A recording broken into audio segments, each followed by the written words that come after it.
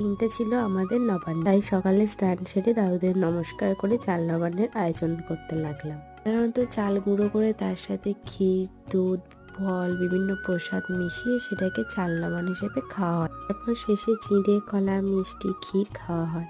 চাল নবান্ন সারার পর আমি ময়দার মধ্যে চিনি দিয়ে সেটিকে তেলে ভেজে একটি জিনিস বানাচ্ছিলাম। এটা অনেকটা মালপোয়ার মতো, কিন্তু মালপোয়ার মতো এটিকে আর চিনির রসে ডোবানো হয় না। ওগুলোকে করে নেওয়ার পর আমি বসে গেলাম ভাত নবান্ন করতে। নতুন চালের ভাত, শাক, বেগুন ভাজা, ডালের বড়া নিয়ে বসে গেলাম। আর সবার কথা মতো প্রথমে শাক দিয়েই শুরু করলাম। এরপর খেয়েছিলাম একটি সবজি। সবজিটিকে আমাদের বাড়িতে শুক্তনি বলা হয়, কাদের বাড়িতে কি বলা হয় জানিও। এরপর দিয়ে দিয়েছিল মাছের ঝোল। এর মধ্যে না কোনো রকম পেঁয়াজ, রসুন কিচ্ছু দেওয়া হয় না, কিন্তু মা অন্নপূর্ণার আশীর্বাদে এর স্বাদ হয় অতুলনীয়। এরপর টকের মাছের মাথা নিয়েছিলাম আর নিয়েছিলাম আমার পছন্দের গুড়ের পায়েস। সব মিলিয়ে দিনটি বেশ ভালোই কেটেছিল।